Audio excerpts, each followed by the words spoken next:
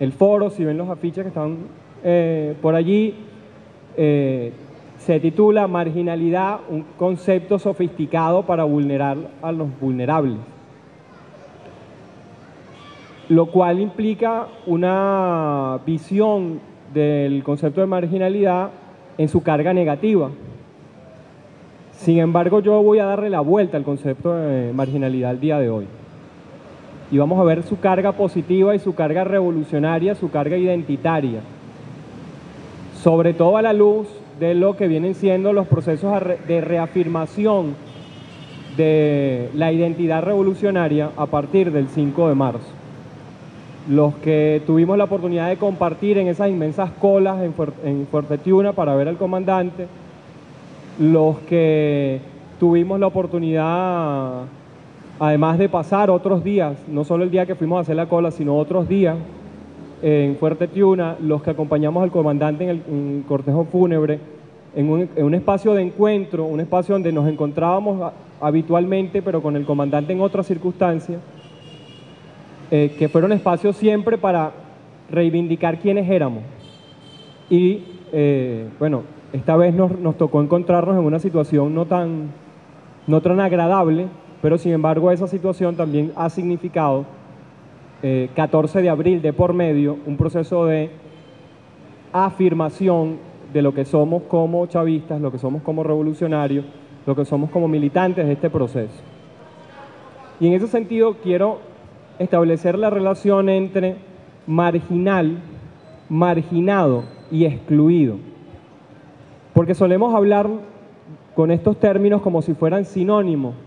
Sin embargo, hay una diferencia un tanto sutil, pero que no por sutil deja de ser profunda. No es lo mismo ser marginado que ser marginal, porque ser marginado es ser puesto fuera, mientras que ser marginal es una condición intrínseca. Es decir, no es porque yo fui colocado fuera, es porque yo intrínsecamente estoy fuera. Y la exclusión también nos habla de una fuera. Es decir, estoy excluido de, estoy fuera de. Si uno se va incluso al diccionario de la Real Academia de la Lengua Española, va a encontrar que incluir es meter, es colocar dentro. Entonces, lo que yo quiero hacer hoy, a partir de esta relación, es elaborar algunas preguntas y tratar de establecer un camino distinto para responderlas, distinto incluso al que hemos venido utilizando hasta ahora, porque en estos 14 años el concepto de inclusión social ha sido un concepto bandera para la revolución. Pero sin embargo este concepto tiene un montón de problemas. Y cuando decía hace unos minutos, hace unos segundos, voy a darle un giro positivo al concepto de marginalidad, es que voy a tratar de sustituir el concepto de inclusión social por el concepto de marginalidad. Espero lograr mi objetivo la tarde de hoy. Entonces, si excluir o ser excluido es estar fuera de, deberíamos preguntarnos primero de qué es lo que estamos fuera y a dónde queremos entrar. Y luego, ¿quién es el que nos hace entrar y quién es el que nos hace estar afuera? Frente a eso, nos encontramos con que el adentro es el capitalismo, porque es que ninguno de nosotros está afuera. Todos nosotros estamos dentro del capitalismo. Y por lo tanto, el concepto de inclusión social tiene una gran carga de colonización. Porque el problema no es pensar en cómo nos incluimos. El problema es ver en qué condiciones nosotros fuimos incluidos, que es diferente. Es decir, cuando aquí llegó Colón en 1492, el capitalismo no existía. Y el capitalismo se formó con nosotros adentro. Entonces a nosotros nos incluyeron en un sistema que no nos preguntaron ni siquiera si queríamos estar allá adentro. Y luego, 500 años después, nosotros decimos que queremos combatir el capitalismo, pero sin embargo, nos llamamos a la inclusión. Y decimos, bueno, no, es que la inclusión es el socialismo, sí, pero la sociedad que tenemos es capitalista. Y hablamos de inclusión en el sentido de ciudadanía, que es el sentido del ejercicio de los derechos. Por ejemplo, el derecho a la salud, el derecho a la educación, el derecho a la información y una aberración que llaman el derecho a la libertad de expresión. Y es una aberración porque si la libertad emana del derecho, no puede haber un derecho a la libertad, porque las libertades están limitadas por el Estado de Derecho, que es lo que algunos no comprenden, sobre todo los que confunden auditoría con reconteo. Vamos a entrar en lo que es el título.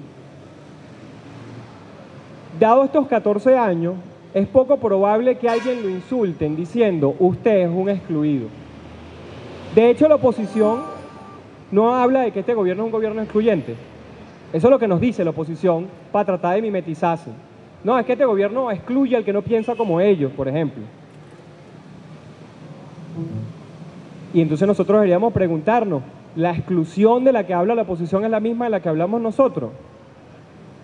¿Cómo es posible que la oposición se apropie del concepto de exclusión social? ¿Por qué a la oposición no le duele pensar que este gobierno los excluye, pero sí les duele que nuestro comandante obrero nos diga pata en el suelo?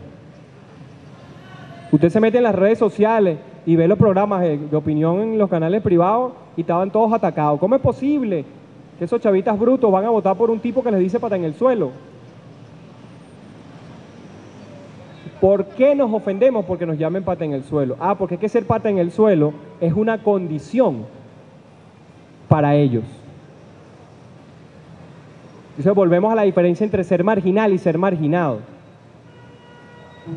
Nosotros fuimos marginados, sí, pero fuimos marginados por marginales, es decir, por nuestra condición. Y entonces aquí es donde viene la concepción positiva de la marginalidad. Porque ser marginal no es estar fuera. ¿Qué es lo que significa ser excluido? Ser marginal es estar al margen de. Y usted agarra un cuaderno y usted ve la rayita, la que le mandaban a uno en primaria, pero el margen sigue estando dentro de la hoja. El margen no está fuera de la hoja. Es más, el margen se construye dentro de la hoja.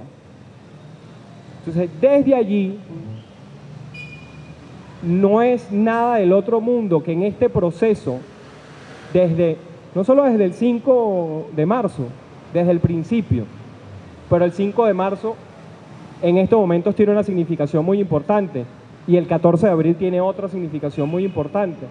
Entonces no es azaroso que en estos momentos encontremos montones de camaradas que decimos abiertamente, yo soy orgullosamente marginal, porque yo estoy orgullosamente al margen por mi condición de todo lo que tú representas. Es decir, yo soy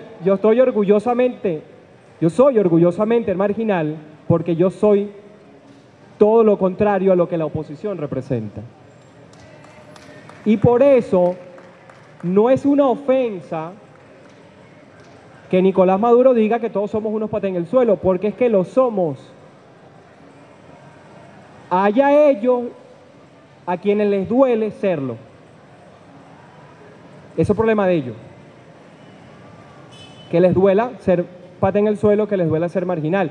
Yo estoy orgulloso de estar al margen o de ponerme al margen o tratar de ponerme al margen de esta sociedad opresora, de este patriarcado, de este capitalismo, de este sexismo, de todo lo que representa la opresión de la sociedad capitalista en la que vivimos. Podemos reivindicarnos como el no ser. La marginalidad es una condición, aquí me voy a poner un pelín más académico, es una condición ontológica, es una condición del ser. El problema es que hay unos señores que desde hace 500 años definieron que el ser era el hombre blanco, europeo, heterosexual y cristiano. Todo lo que no se parezca a eso no es ser humano. Y vinieron por allá en 1550 y un señor llamado Ginés de Sepúlveda dijo, o usted se bautiza o usted está muerto. te cristianizas o te mato, porque para ser humano tienes que ser cristiano. Y como yo soy bueno, cristiano, yo tengo un mandato divino para salvar las almas, y la alma es un componente que puede separarse del cuerpo, pues si usted no se quiere bautizar, yo lo mato y le libero el alma, y salvo el alma. Sacrifico al cuerpo y salvo el alma. Pero después en el siglo XVII y en el siglo XVIII eso lo van a llamar civilización. Entonces ya no es te cristianiza, ahora es te civiliza. Claro, ellos dijeron que era la civilización, y como la civilización era la de ellos y ninguno de nosotros nos parecíamos a ellos, pues o nos civilizábamos o nos mataban, como dice Ramón Grosfoguel. Y luego fue progreso, y luego fue desarrollo, te desarrollas o te mato, y con Bush, después del 11 de septiembre, es te democratizas o te mato. Donde 500 años después, así como ellos definieron qué era la religión y qué era la espiritualidad, 500 años después, en nombre de Dios además, porque Bush también va a hacerle la guerra a Irak en nombre de Dios, 500 años después, Bush va a usar la misma frase que utiliza Ginés de Sepúlveda, es decir, guerra justa, el mismo concepto, es justo hacer la guerra para ya no llevar la palabra de Dios, en nombre de Dios hacer la guerra para llevar la democracia, donde la democracia es lo que ellos definieron como democracia. Y como nosotros no estamos de acuerdo con su democracia y estamos construyendo una democracia otra, entonces lo nuestro no es democracia. Democracia es lo que aquí ocurría desde el 61 hasta el 98. Para ellos eso es la democracia. La democracia es la democracia. Para ellos esto no es democracia. Es decir, que el pueblo pueda estar aquí en una calle de Caracas discutiendo esto no es democracia. Esto es ideologización. Eso es cubanización. Esto es terrorismo. Ahora, ¿qué ocurre? Ese proceso implicó la definición de un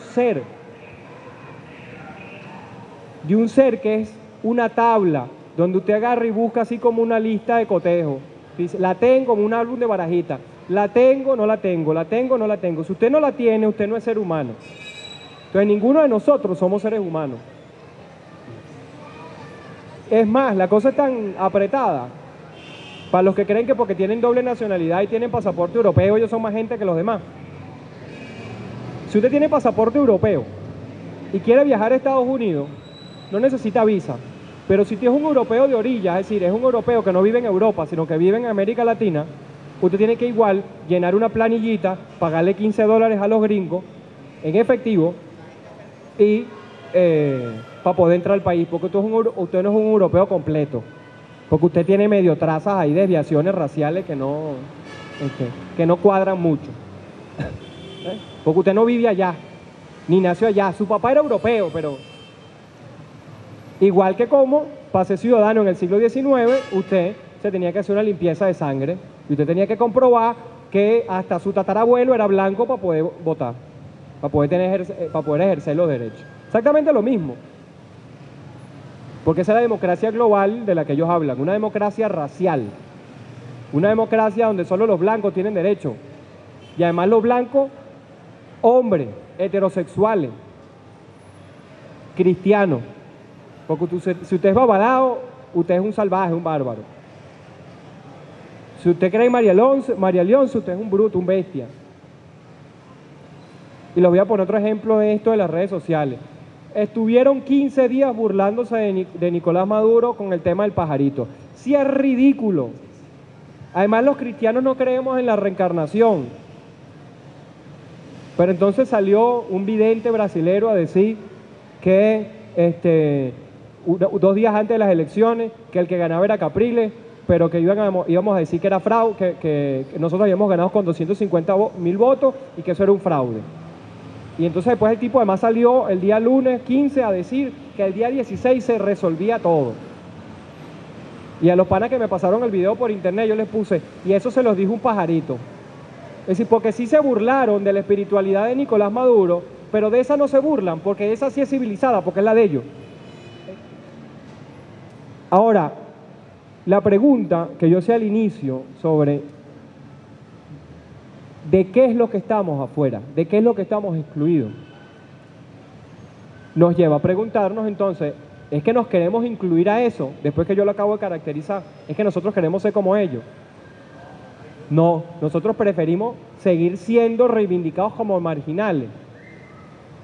Eso nos lleva a afirmar que luego de 500 años de capitalismo, luego de 500 años de colonización, el proyecto no puede seguir siendo de resistencia. Tenemos 500 años resistiendo. Una resistencia donde algunos además la han convertido en tratar de dejar de ser lo que somos para convertirnos en lo que ellos quieren que seamos para poder ser gente. Si no nos queremos incluir, lo que toca ya no es un proceso de resistencia. Y además no toca tampoco un proceso de mimetizaje, ni un proceso de tratar de ser. Y no es solo el ejemplo de nuestro comandante, porque como lo que se trata es de un proceso de reexistencia, no de resistencia, sí, porque el capitalismo es una forma de existir, y para acabar con el capitalismo hay que acabar con esa forma de existir, y hay que reexistir, es decir, existir de formas otras. Pues tenemos que revisar, por ejemplo, y aquí voy a poner un pelín feminista, solo un pelín, camaradas socialistas, revolucionarias, pero que no pelan unas utilidades para montarse las tetas. Camaradas feministas, revolucionarias, que no pierden unas utilidades para sacarse la gracia de hacerse una liposucción. Camaradas feministas, revolucionarias, que no salen de su casa sin arreglarse, como si estuvieran echadas a perder. Entonces si uno como, a los que tienen carro, ¿no? Yo no tengo carro, le chocan el carro, lo llevan para hacerle la tonería y pintura. Bueno, las mujeres antes de salir de su casa también se hacen la tonería y pintura, se ponen un poco de mastica en la cara y se echan coloretes, se arreglan los huecos. Entonces las mujeres se arreglan porque están echadas a perder. ¿Y por qué están echadas a perder? Porque no se parecen a la fotografía, no se parecen a la publicidad. Entonces, en vez de reexistir, es decir, reivindicar nuestra existencia a otra, no, tratamos de incluirnos, tratamos de ser como nos dicen que debemos ser. Y no, si estamos, y lo hemos demostrado, yo lo escuché, miren, y seguramente ustedes lo escucharon millones de veces también, en Fuerte Tiuna, en el cortejo fúnebre, en el balcón del pueblo, lo escuchábamos en el cuartel de la montaña, lo escuchamos en las redes sociales. Estamos orgullosos de ser marginales. Tenemos que ser orgullosos. Yo soy orgulloso de llevar mi pelo largo, de tener 6 zarcillos, de tener la chiva como la tengo, de entrar a un salón de clase que los estudiantes no se esperen que uno es el profesor, porque esperan el profesor encorbatado.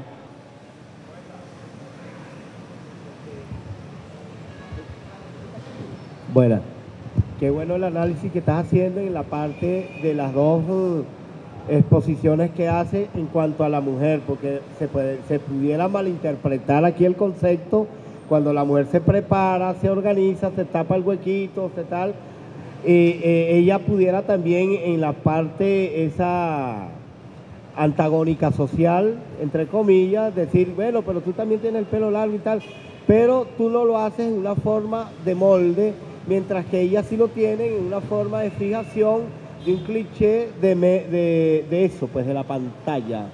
Vístete, compra, tal. Es bueno aclarar ese punto porque para entenderse el concepto de... Pero también es bueno aclarar que el feminismo no es un problema de las mujeres. Eso, por eso. El feminismo es un problema de los hombres también. Eso, entonces eso es lo que hay. Porque el problema no es solo que las mujeres se monten las tetas, el problema es que a nosotros nos gustan con las tetas montadas. Claro. Ese es el otro rollo. Entonces, eso es lo que me gustaría que explicaras. La resistencia no solo pasa porque la mujer quiera su cuerpo tal como es, que entienda que el embarazo no es una enfermedad. No, ojo, también pasa porque los hombres entendamos que las mujeres no son como las presentan en las películas pornográficas, ni que no, como las presentan en Sony Entertainment Television, ni como las presentan en el Miss Venezuela. Y entonces nosotros tenemos que cambiar nuestros patrones estéticos también. Entonces, insisto, el feminismo no es un problema de las mujeres nada más, es un problema de nosotros también. Porque el machismo tampoco es un problema de los hombres, es un problema de las mujeres. Un poco lo que yo quería traer, para no hacer mi exposición más larga y que entonces puede abrirse la intervención mucho más todavía, es que si bien el concepto de marginalidad surge en un contexto específico con unas connotaciones particulares, y además, ojo, surge asociado al concepto de exclusión social. Y aquí quiero cerrar con otra referencia histórica, que es una referencia histórica doble, desde una experiencia personal y de una experiencia histórica más macro. Cuando yo comienzo a trabajar en la Universidad Bolivariana de Venezuela, me toca coordinar el eje metropolitano en el área académica de estudios jurídicos. Todo lo que es Baruta, Chacao, El Hatillo, las aldeas universitarias de esa zona en el programa de estudios jurídicos. Y a la par comenzamos a investigar sobre reformas educativas en el periodo neoliberal, desde los 80 para acá, desde los 80 hasta el 98.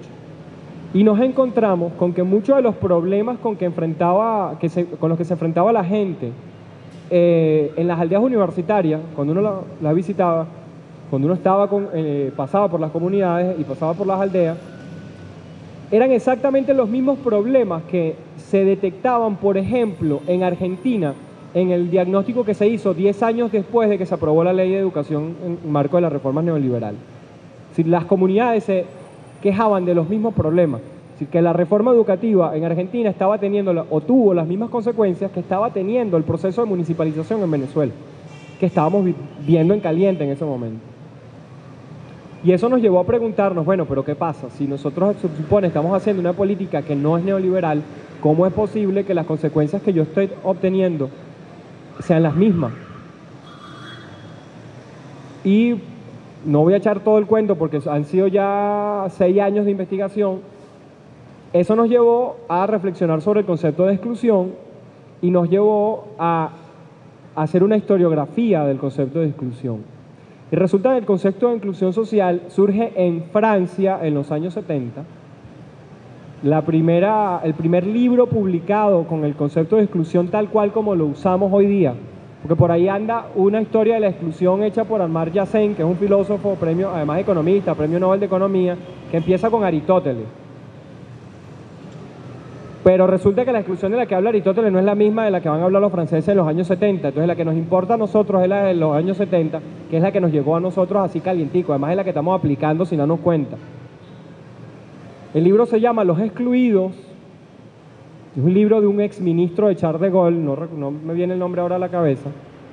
Yo de hecho no sé si está traducido al español. Sé que hay una edición, la edición original es en francés. Y en ese texto se define qué es para el Estado francés, en el contexto en el que estaba viviendo Francia en los años 70, la exclusión social. Entonces hay que entender varias cosas. Primero, la tradición sociológica francesa, de las ciencias sociales, tiene una preocupación histórica desde su origen desde hace más de un siglo, más de siglo y medio, en la cohesión social, porque los franceses tienen el trauma de la Revolución Francesa. Y para los franceses, la Revolución Francesa implicó la ruptura de la cohesión social y por lo tanto de la nacionalidad francesa. Entonces ha sido un eterno tema de discusión en las ciencias sociales francesas. Llegados los años 70, ¿qué estaba pasando en los años 70? Todo el proceso de la llamada desindustrialización en los países del norte, que implicó la financiarización de la economía, y todavía estamos viviendo eso. De hecho, la llamada crisis del 2008 y la crisis inmobiliaria no empezó en el 2008, es una crisis que tiene 30 años desarrollándose y que comenzó con la financiarización de la economía en los años 70. La desindustrialización, es decir, que las industrias salieran de Europa y salieran de Estados Unidos, significó que aumentara la tasa de desempleo. Y la tasa de desempleo, a los niveles a los que llegó, implicaban perturbaciones sociales. Y para que la cohesión social no fuera perturbada, había que establecer políticas. A esos desempleados los llamaron excluidos. Ahora, fueron excluidos por un proceso de financiarización de la economía. Luego, en una discusión a lo interno de la Comunidad Económica Europea, entre los dos imperialismos más fuertes en el momento, porque ahorita el más fuerte es el alemán, que era el francés y el británico. Los británicos se oponían al uso de exclusión social porque la tradición inglesa de manos de Estados Unidos impuso el concepto de pobreza como el concepto que internacionalmente debía ser usado para hablar de la desigualdad. Entonces los ingleses, por una de oponerse a el lenguaje francés, se opusieron al concepto de desigualdad. Sin embargo, después, a los 8 o 10 años, hicieron un ajuste de la categoría, introdujeron variables con las que se calculan los niveles de pobreza para hablar de exclusión social, y entonces impulsaron en toda la Unión Europea el uso del concepto de exclusión social y no el concepto de pobreza. Y luego nosotros enviamos a estudiar a nuestros científicos sociales a Francia a hacer posgrados y vinieron con la moda de la exclusión a América Latina. Pero resulta que el concepto de exclusión social, es útil para desdibujar el problema de la desigualdad. Porque como su origen es la problemática del desempleo producto de la desindustrialización, y lo que hay que generar es otro tipo de empleo, que en este caso, por las condiciones imperiales de Francia y de Inglaterra, ese tipo de empleo es de servicio, fundamentalmente, es del tercer sector, como llaman los economistas, como aprendía uno en bachillerato. Resulta que desdibuja el origen de la desigualdad, que es lo que los economistas gringos llamaron la pobreza. Entonces el concepto de exclusión social desaparece el problema de la desigualdad en la discusión. En el contexto venezolano, y gracias al proceso revolucionario, el concepto de exclusión social ha tomado otras connotaciones porque se ha puesto la desigualdad sobre la mesa. Sin embargo, la carga que tiene el concepto de exclusión social desde su origen implica que cuando nosotros hablamos de inclusión social, terminamos asumiendo que es que nosotros queremos ejercer los derechos que la burguesía ha instalado como derechos, pero que no son ningunos derechos, sino que son unos privilegios, porque su única condición de existencia es que sean privilegios, porque son los derechos del amo. El derecho a la propiedad es el derecho del amo, el que puso la talanquera y dijo esto es mío, y luego creó un Estado para defender la propiedad. Claro, la propiedad del que tiene, no del que no tiene. El que no tiene quien lo defienda, porque no tiene propiedad, entonces no tiene que defender. En un mundo donde todos seamos amos, pues los amos no existirían, porque la condición para que exista el amo es que existe el esclavo. Y todo el aparataje jurídico montado desde hace 500 años, desde que se empezó a hablar del derecho de gente, hasta que se instauran los derechos, los llamados derechos humanos, son los privilegios de una clase naturalizados como derechos. Por eso cuando hablamos de inclusión social nos entrampamos, porque pretendemos seguir o pretendemos ejercer esos derechos que fueron constituidos como derechos, pero que en realidad son privilegios. Porque en Venezuela el discurso de la inclusión se atraviesa con el discurso de la pobreza, y la pobreza también es un problema como concepto. Porque no hay que acabar con la pobreza, lo que hay que acabar con la riqueza. Lo que hay que combatir la riqueza. No hay que combatir a los pobres, hay que combatir a los ricos. Entonces hay que combatir los derechos de los ricos, los derechos que los ricos instauraron como derechos naturales de los seres humanos, que ya habíamos dicho temprano que los seres humanos eran solo los que cumplían con las características que ellos cumplen. Como nosotros no cumplimos esa característica, no somos seres humanos, entonces no podemos ejercer esos derechos. Y ese es el entrampamiento en el que estamos metidos. Por eso el llamado nuevamente, y ahora sí les prometo que cierro, a la reexistencia. A la reexistencia. Porque los conceptos que usamos construyen el mundo que vemos, construyen los problemas que observamos, pero con los conceptos que tenemos dejamos un montón de problemas por fuera. Entonces, yo les dije cuando empecé, disciplinados en la acción, irreverentes en la discusión. Entonces, esta y otras más son las discusiones que debemos estar dando en tono irreverente. Porque es cierto, ganamos, pero no ganamos como debimos haber ganado. Y ver el triunfo de las elecciones del 14 de abril bajo la lupa de la traición es un problema, porque nos enceguece, imposibilita que nosotros demos esta discusión, porque entonces colocamos a todo el que da esta discusión en la acera de la traición. Entonces, mucho cuidado también con cómo analizamos el contexto en el que estamos, para que esta discusión se pueda dar, para que entonces, si intentan un referéndum revocatorio, los aplastemos, y si no lo intentan, en el 2019 saquemos nosotros 14 millones de votos y ellos saquen menos votos que María Bolívar. A eso es lo que hay que jugar. Porque como el comandante dijo muchas veces, y además citando a Fidel Castro, en Venezuela no hay 7 millones de oligarcas. Esa gente es como nosotros. El problema es que no piensa como nosotros. Y entonces a esa gente hay que acercarse desde otra concepción, y hay que acercarse pudiendo dar esta discusión, no cerrando el debate desde la traición. Y ahí recordando los tweets que a la misma hora que el CNE daba los resultados, lanzaba Diosdado Cabello. Si no hay autocrítica, esto lo perdimos, porque ellos ya se mimetizaron.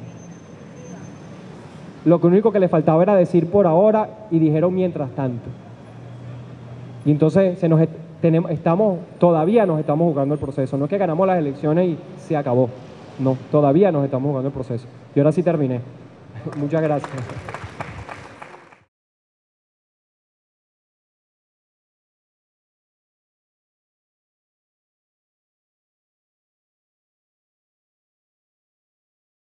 ¿Cuál sería para ti la fórmula directa y exacta de bloquear esta situación e inclusive para llevarla hacia una práctica social más coherente a la cultura, a nuestro conocimiento de marginales, pues mejor dicho?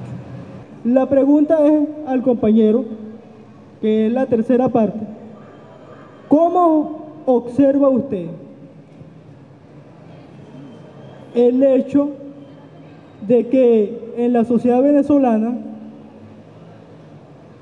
no se tenga conciencia sobre la forma de cambiar? No solamente desde el punto de vista del ser, desde lo más profundo de la epistemología, sino también desde el planteamiento que usted está realizando.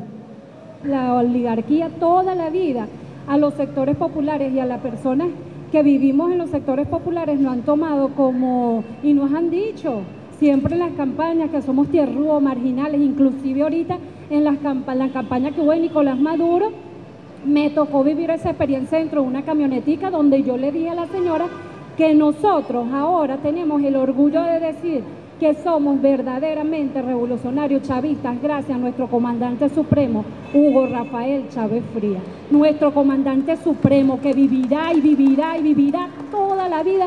El que de verdad lo crea y es revolucionario de corazón y es chavista de corazón, nuestro comandante vivirá para toda la vida y para siempre y por siempre. Nosotros somos beneficiarios de todas nuestras misiones que nos dejó nuestro comandante.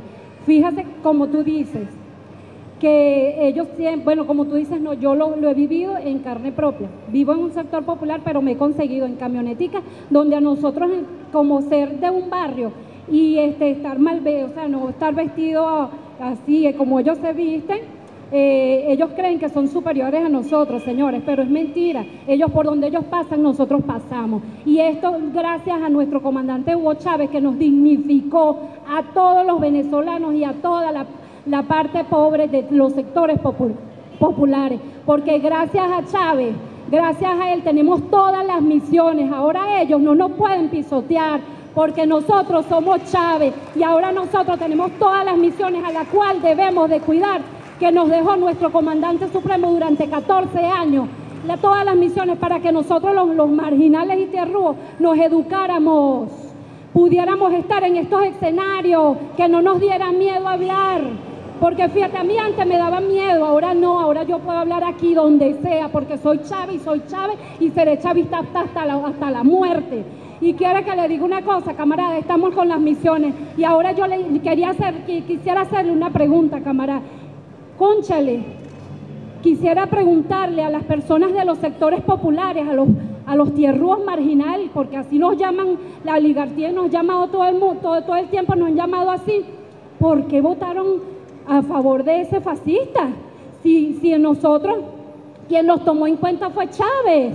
Nosotros nunca podíamos entrar a la Asamblea Nacional, nunca podíamos hablar con un diputado. Nosotros, tierrúos marginales, entramos a la Asamblea Nacional, nos reuníamos con nuestro comandante supremo, en todas partes ahora hablamos con los ministros, con los diputados. Eso nunca se veía en la cuarta, nunca. Un pobre no se le podía acercar a esas personas porque nosotros éramos caca para ellos, éramos lo más peor del mundo. Entonces, gracias a nuestro comandante tenemos las misiones, Misión Rivas, Robinson, Sucre, tenemos la misión Mercal, que muchas veces esos tierrúos marginal de Cerro que votaron en contra, han comprado en esos mercales y se satisfacen con los mercales, con todas las misiones que nuestro comandante supremo nos dejó.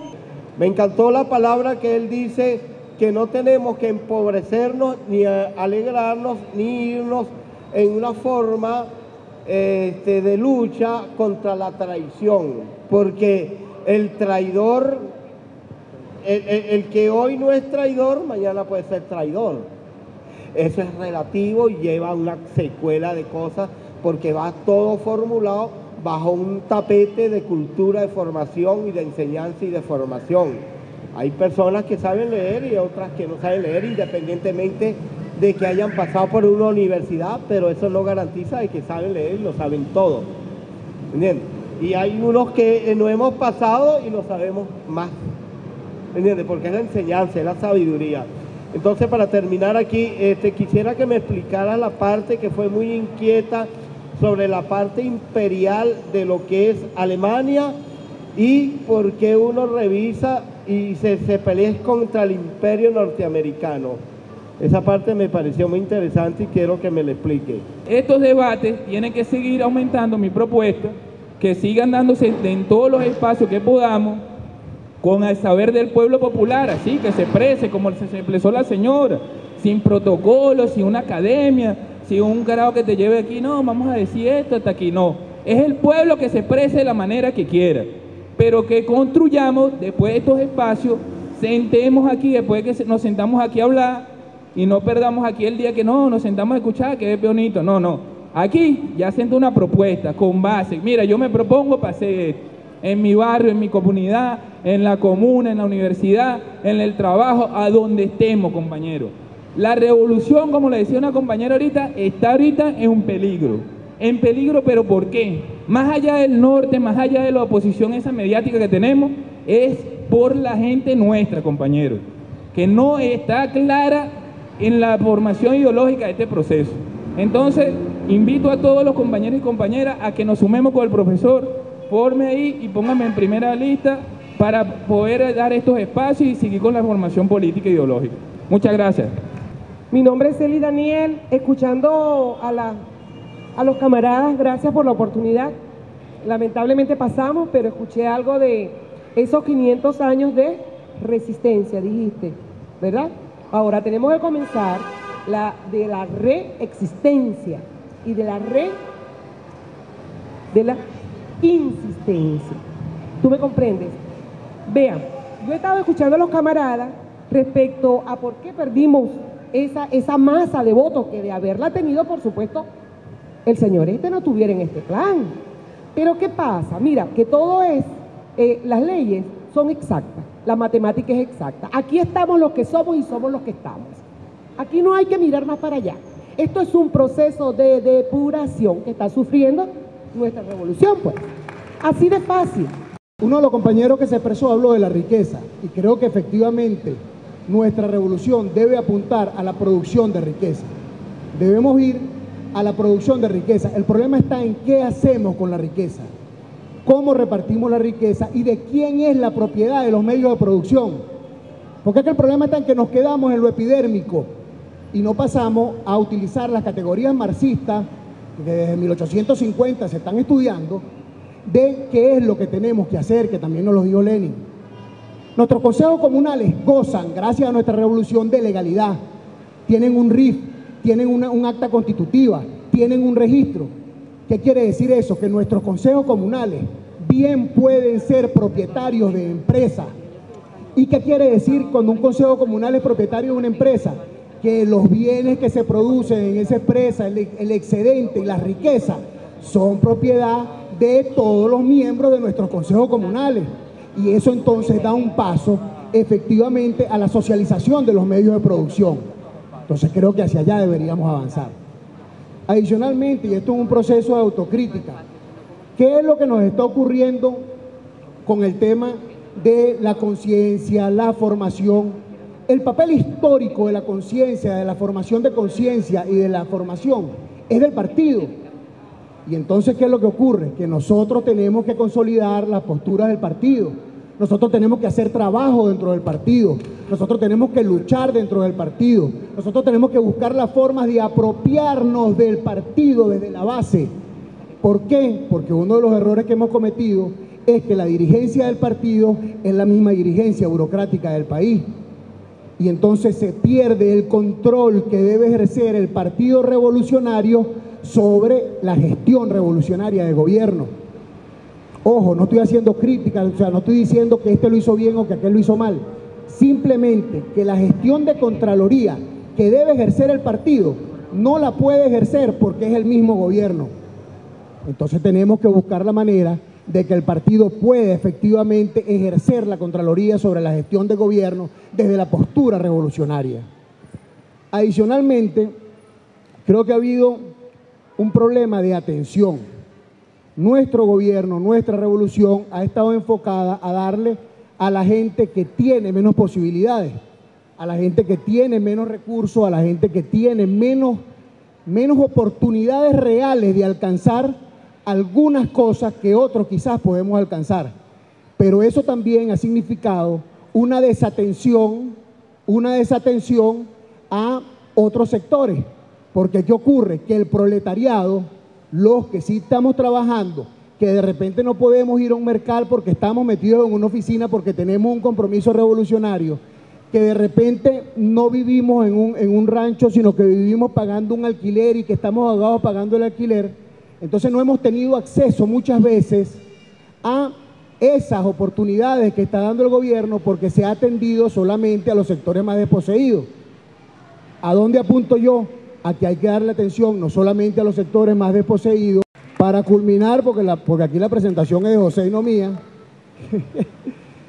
el otro tema es que justamente por esa falta de trabajo que ha tenido el partido, nos han vendido el clase media, nos lo han vendido y se nos ha quedado tatuado en el cerebro. Entonces, si tú votas por Chávez, si tú votas por Nicolás Maduro, si tú estás con el gobierno revolucionario, tú eres un marginal, tú eres un pata en el suelo, tú eres un pobre. Yo no, yo voto por Capriles, yo soy de clase media. Yo voto por la oposición, yo soy de clase media. Y eso es lo que te vende Globovisión. Entonces, ¿qué te vende Globovisión? Por ejemplo, se pasa todo el día y agarra al compañero y le dice marginal, pata en el suelo, negro, limpio, mamando. Y después te dicen, pero vota por mí para que seas clase media. Y entonces nos comimos el cuento de la clase media. Se nos quedó aquí en el hipotálamo, tatuado la cuestión de la clase media. ¿Entiendes? Yo soy del Valle, fundador de la Radio Ali Primera. Y donde yo vivo, que es un edificio en la pata del cerro. Que yo jugaba metrera con los del cerro, jugaba básquet con los del cerro, jugaba pelotica con los del cerro. Y el día que aquí se armó que los de los cerros iban a invadir a la clase media y estaban ellos poniendo los ascensores en el último piso y calentando aceite caliente, agua hirviendo, no sé si se acuerdan de eso. Mi vecino, igual de limpio que yo, igual de pelando que el que vive en un edificio más arriba, pero que está en el cerro y el mío está abajo en la avenida, diciendo, hay que cuidarnos, tenemos que ver cuántas armas tenemos, vamos a calentar aceite, porque se metieron el chile, que son de clase media. Entonces creo que es importante que nosotros nos asumamos que sí, somos unos patas en el suelo, somos unos mamandos, y somos nosotros los que vamos a construir la patria revolucionaria. Mi nombre es Luinis Aguilar, vengo al Estado Bolívar junto con unos compañeros, somos miembros de la Misión Sucre y estamos en combate para la defensa de esta patria. Me siento enormemente feliz de que yo llego aquí a Caracas y consigo este conversatorio que es una dialéctica constructiva, edificante y refrescante al espíritu. Bendiciones para ustedes y bendiciones para nosotros. Mis queridos camaradas, recuerden que lo que decía el antecesor, que nos han montado un chip en el hipotálamo, no lo olviden que es real. ¿Y saben ustedes cuál es el verdadero enemigo que nosotros tenemos? La televisión. ¿Y qué hemos hecho nosotros por transformar de manera contundente, clara y objetiva el medio de información masivo que está en nuestras manos? Muy poco, porque el Estado debería permitir que las radios comunitarias se oyeran en toda la República Bolivariana de Venezuela y no solamente en un sistema local, porque los bandidos miserables y apátridas hablan como le dan la gana y nos montan ese chip en la cabeza y nosotros seguimos repitiendo lo que ellos dicen. Hagamos y hagan ustedes también, como lo estamos nosotros en el Estado Bolívar, una campaña para que el presidente de la República, Nicolás Maduro, y el Ministerio de Información de la Patria activen a las radios comunitarias que se oigan a nivel nacional. De esa manera tengan la certeza que acabamos con esta pendejada, porque nos siguen manipulando, nos siguen destruyendo y nosotros, pobrecitos, no, los escuálidos, son unos desgraciados con toda la extensión de la frase. Y entiéndanlo, no es esto un vulgarismo que estoy hablando, es la conciencia de un pueblo que reclama derecho y nosotros nos los concede la patria. Por primera vez a la mujer venezolana se le ha concedido el derecho de igualdad y el principio más grande del feminismo en la patria. ¿Y qué hacen los hombres? Ah, no, nosotros no tenemos derecho. Si nacimos de las hembras, convivimos con las hembras, benditas sean las mujeres, chicos. Más allá, mis queridos amigos, para no quitarle el show a mi querido profesor y excelente amigo, estoy seguro que nos vamos a sentir más felices. Cuando vayan al Estado Bolívar, pregunten por Luinis Aguilar y estoy seguro que si llegan a Puerto Real yo les sirvo y les atiendo. Muchas gracias. Voy a tratar de como aglutinar algunos de las preguntas que tienen algún sentido común. Sin embargo, hubo dos preguntas muy puntuales, una sobre la riqueza y otra sobre que profundizar un poco sobre esto del imperialismo francés, el imperialismo británico, porque siempre visibilizamos solo el imperialismo norteamericano. Entonces, voy a responder estas dos primero y desde ahí voy a tratar de lanzarme hacia las preguntas que después fueron más generales. Ya el compañero por ahí respondía un poco lo de la riqueza y yo en esta irreverencia no voy a estar de acuerdo con él, pero tampoco voy a estar de acuerdo con quien hizo la pregunta, porque los análisis sobre la riqueza, si lo ponemos solamente desde preguntarnos, bueno, hay que estar en contra de la riqueza o en contra de los ricos, y no nos preguntamos ¿qué es la riqueza? Estamos fritos. Si el asunto no es cómo usamos la riqueza. El compañero que hacía la pregunta hablaba de qué hacemos con los excedentes. Y el problema con este sistema, que no es un sistema económico, es un modelo civilizatorio, que es el capitalismo, es que en su hegemonía construye las formas de dominación, pero además construye las condiciones de posibilidad para cierto tipo de crítica. Es decir, hay una crítica que queda por fuera, que es impensable dentro de este sistema, porque este sistema construye un camino para hacer la crítica. Y en ese camino nosotros aceptamos el concepto de riqueza como aceptamos el concepto de desarrollo y decimos, el problema no es que se produzca riqueza o que se produzcan excedentes, el problema es qué hacemos con los excedentes. Ahora, voy a poner una pregunta más allá. ¿Qué es la riqueza? Porque si uno a la fórmula con la que calcula la riqueza le mete la variable ecológica, el resultado tiende a menos infinito. Porque el problema es que la riqueza surge de entender a la naturaleza, primero como naturaleza, que ya eso es otro problema. Porque se entiende entonces la naturaleza por allá y nosotros por aquí. Los seres humanos no somos parte de la naturaleza. Y el mejor ejemplo de eso lo tenemos en Caracas con nuestro Ávila. El Ávila es un parque nacional, ¿verdad? La idea de los parques nacionales son conservar la naturaleza. Y para conservar la naturaleza, ¿qué hay que hacer? Mantener los seres humanos fuera de ella. Por eso creamos parques nacionales donde los humanos no podemos entrar, como si nosotros no fuéramos parte de la naturaleza. Y desde esa visión de la naturaleza, entonces pensamos lo que la naturaleza tiene, incluido nosotros, como recurso. Y como los recursos son agotables, entonces tienen un precio. Y como tienen un precio y hay quien controla los precios, hay quien se queda con todo lo que se produce. Pero además, si seguimos pensando en el esquema del excedente, construimos, como dice Ramón Grofogel, el socialismo del siglo XXI y en el siglo XXII nos morimos todos.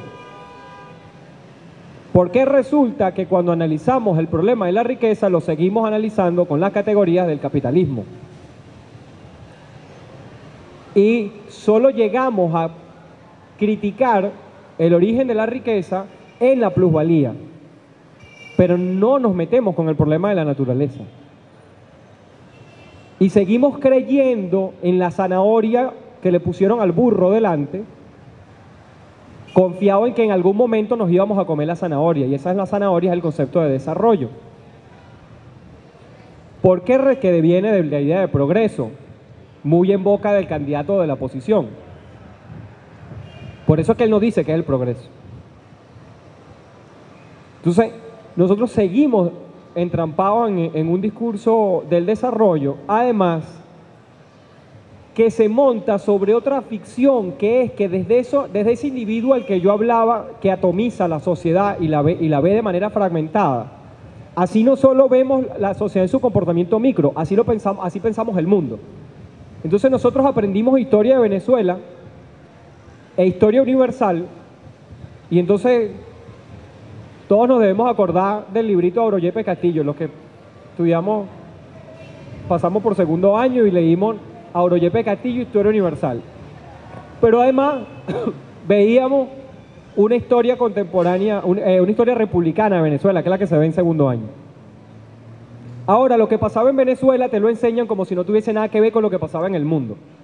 Porque el mundo no es Venezuela, el mundo es Europa, porque la historia universal es la historia de Europa contada como si fuera la historia de la humanidad, porque los únicos humanos son ellos. Y desde ahí nosotros nos comimos el cuento de que las naciones desarrolladas se hicieron desarrolladas a sí mismas, y por lo tanto nosotros tenemos que planificar nuestro desarrollo. Pero como dijo un sociólogo norteamericano ya en el año 96, en el Congreso de Sociología Latinoamericano, de la Asociación Latinoamericana de Sociología, Immanuel Wallerstein, en el capitalismo, que es un sistema interestatal, lo que se desarrolla es el capital, no los estados, no los países. El desarrollo es una ficción, es esa zanahoria delante del burro. El progreso es una ficción. Y dentro de ese problema está la discusión de qué entendemos por riqueza. Entonces, antes de hablar y antes de preguntarnos qué hacemos con la riqueza, tenemos que empezar por definir qué es la riqueza. Y ojo, si la vamos a definir como se define en el capitalismo, estamos fregados. Porque además el capitalismo no contempla el problema ecológico. Para nada. La naturaleza es un recurso a ser explotado, como la fuerza de trabajo es un recurso a ser explotado. Punto. Y no importa, si acabamos con la naturaleza, nos vamos para Marte. Como si acabamos con la fuerza de trabajo, creamos máquinas que la sustituyan, no importa. Porque la naturaleza es desechable, como nosotros, que somos naturaleza, porque no somos seres humanos, somos animales para ellos, también somos desechables.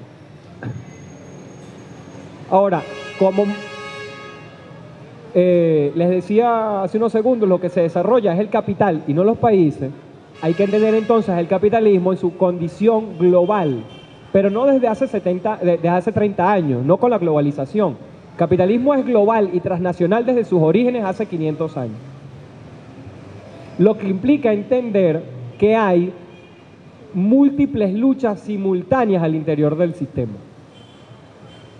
Hay una lucha intraimperial, es decir, al interior de los imperios, pero además hay una lucha interimperial. El concepto de América Latina, por ejemplo, fue traído a estas tierras por el imperialismo francés para evitar la expansión norteamericana. En América se inventaron la idea de la latinidad para decir que nosotros estábamos, como por hablar español, estábamos más cerca de los franceses que de los gringos.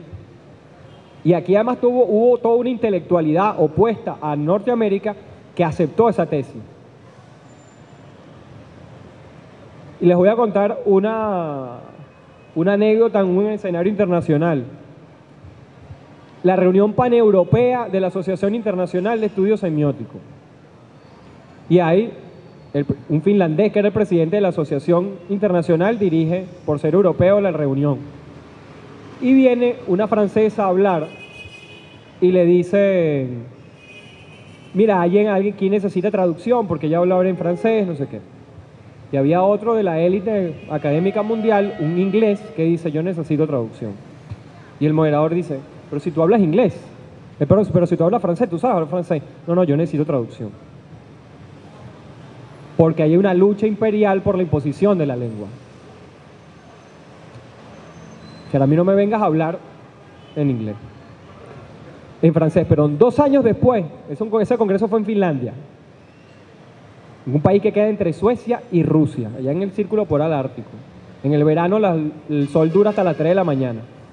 2 años después en España, franceses, británicos y gringos estaban amotinados, estaban arrechos, porque como el congreso era en España, pues el 70% de todas las presentaciones eran en español. Ahora, el español es uno de los idiomas oficiales de la asociación, pero los tipos estaban arrechísimos porque estábamos hablando en español. Porque resulta que para ellos hablar español es degradarse, porque el idioma para producir conocimiento es el francés, el inglés y el alemán. Y entonces hay una lucha interimperial por el control del planeta. Entonces el único imperio no es el imperio norteamericano, el imperio norteamericano es el imperio hegemónico. Pero Francia es un imperialismo, Alemania es un imperialismo.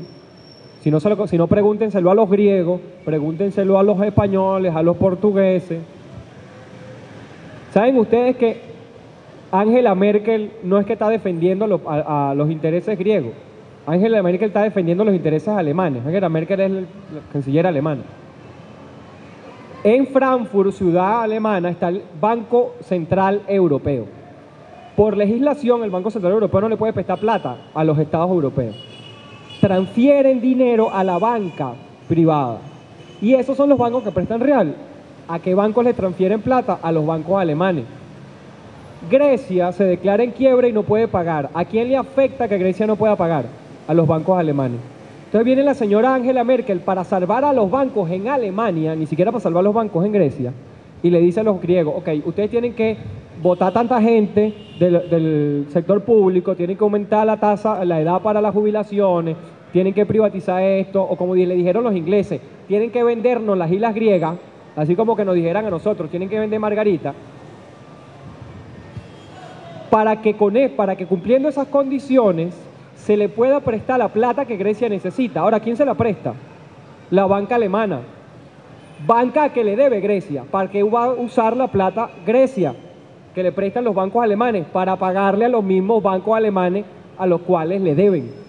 Entonces la señora Angela Merkel se paga y se da el vuelto. Porque en estos momentos, de los tres imperialismos, el francés, el británico y el alemán es el que tiene prensado a toda Europa. Que me decía alguien ayer, es un dato así recientico, porque lo que aporta más del 60% del Producto Interno Bruto en Inglaterra, por ejemplo, es el inglés.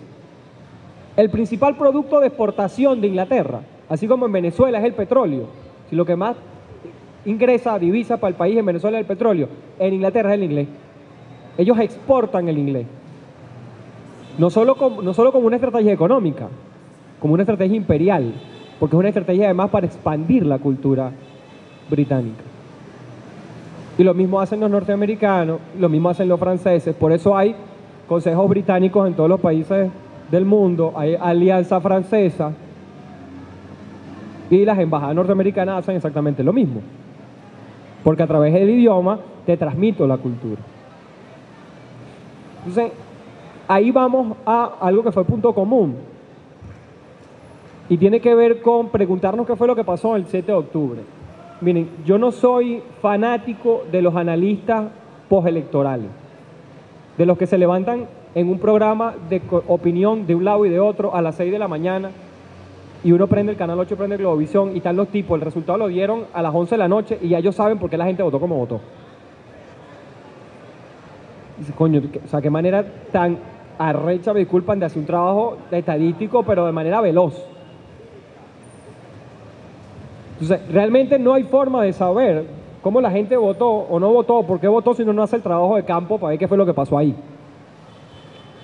Y podemos estar 10 años especulando, podemos estar 10 años produciendo hipótesis, pero hay que meterse en el campo. Ahora, la colonización que tenemos encima no es una colonización que está de aquel lado nada más, es decir, de los 7 millones que votaron por Capriles. Porque el éxito de este sistema es que hace pensar a los de abajo como a los de arriba.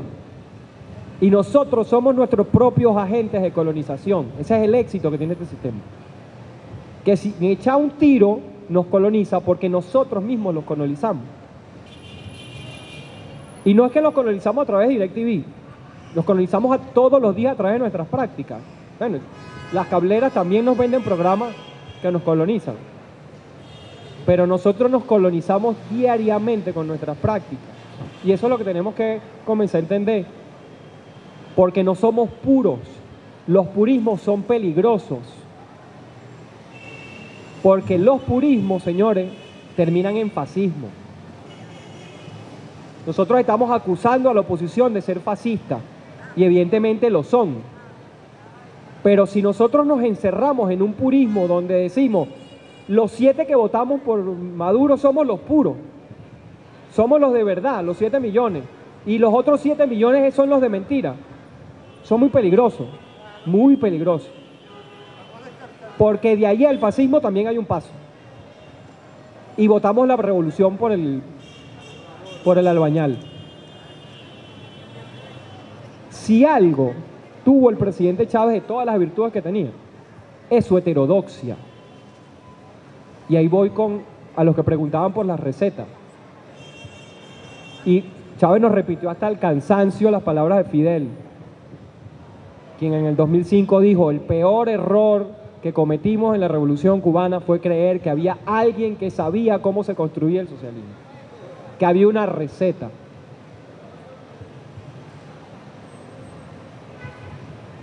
Y cierro echando el cuento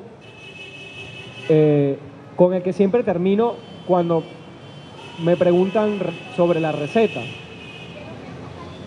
No es apocalíptico. No es apocalíptico. El subcomandante Marcos, cuando andaba por la selva Lacandona antes de el 1 de enero de 1944, este es un cuento que echa él, yo no sé si es verdad, es un cuento que echa él, se encuentra con un viejito indígena. Y el viejito le dice, ay, ustedes son los que se hacen llamar zapatistas. Yo estuve con mi comandante con mi comandante Zapata. Si yo lo conocí y cabalgamos con él.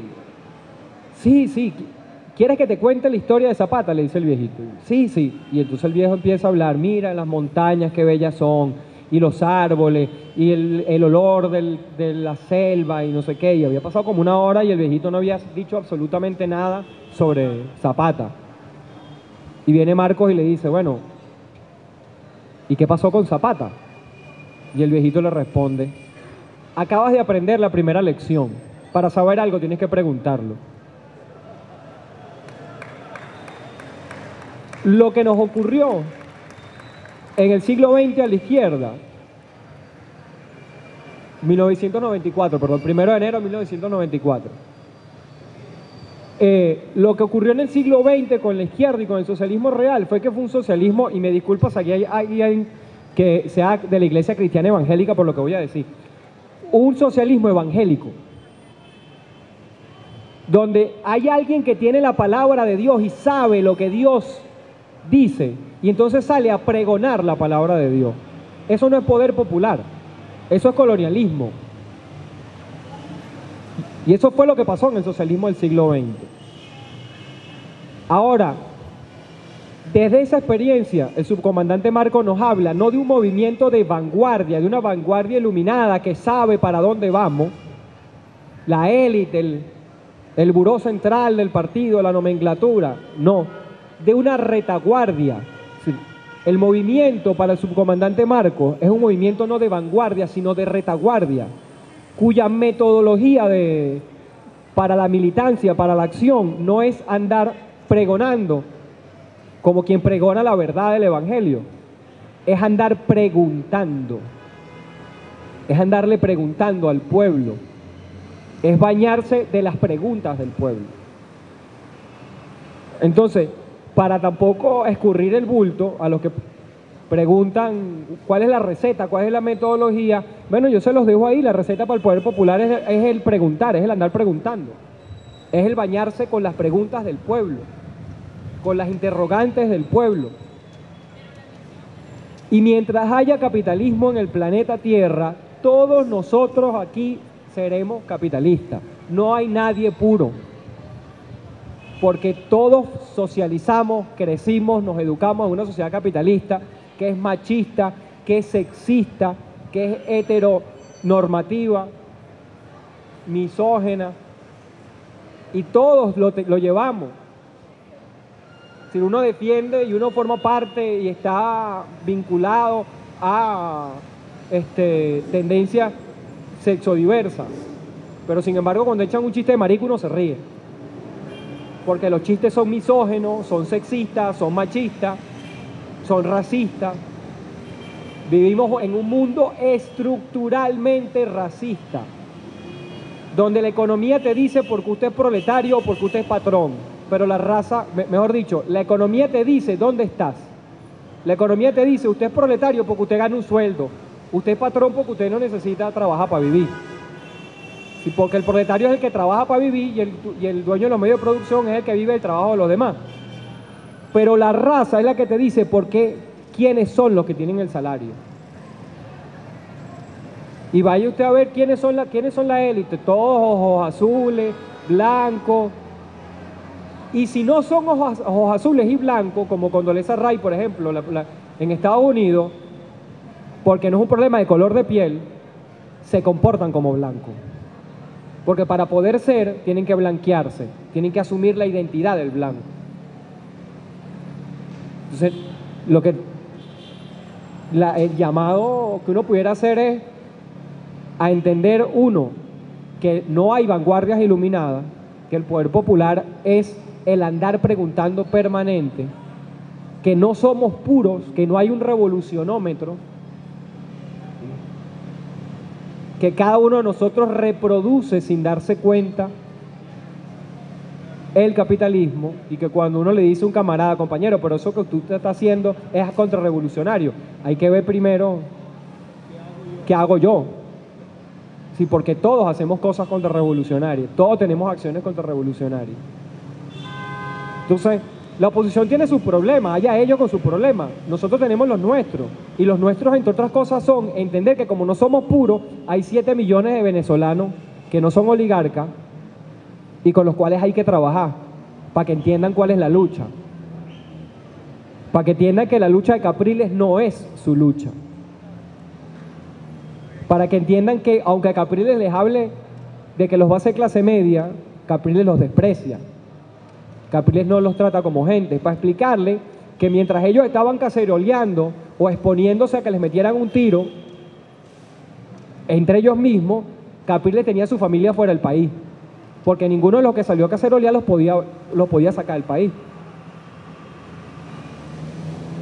Ese es el trabajo que también hay que hacer. No podemos quedarnos viendo el ombligo,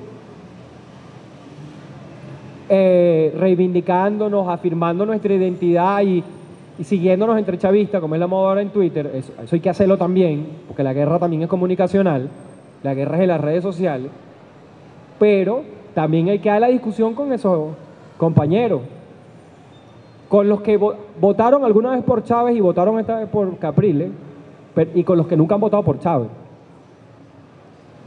Quizás ni siquiera para convencerlos, sino para que ellos, para sembrar la duda, para que ellos se piensen a preguntar otras cosas, para que comencemos a entender que el proceso es otra cosa. Y el proceso no solo pasa por hacer la revolución en el otro, estamos muy acostumbrados a darle la responsabilidad al otro, pasa por hacerlo desde adentro, nosotros mismos y nosotros mismas, porque si no esto no va para ningún lado. Es muy fácil pararse aquí y decir, ustedes los que no son revolucionarios. No, hermano, o sea, vamos a ver qué estamos haciendo nosotros también, porque si no, estamos jodidos. Si no, en 6 años se monta aquí la derecha y bueno, a comprar almohada para ponérselas en las nalgas, porque lo que va a venir es planazo parejo. Y para decirlo, y para cerrar con esto, para decirlo en términos coloquiales, coñazo parejo. Como decían los malandros en los 90, patay kung fu. Y lo digo así porque alguien por ahí en una intervención decía, bueno, lo voy a decir vulgarmente, creo que era el compañero de Bolívar. Compañero, no se sienta mal y no nos sintamos mal por hablar vulgarmente, porque la palabra vulgo la palabra vulgar viene de vulgo, que significa pueblo, y yo estoy orgulloso de poder hablar como el pueblo, porque el pueblo habla desde el sentimiento de amor, no es el sentimiento de odio. Entonces, así como soy marginal, soy vulgar y no tengo ninguna vergüenza de serlo, porque ser vulgar es ser pueblo, y aquel que se avergüence de ser pueblo no está con esta revolución.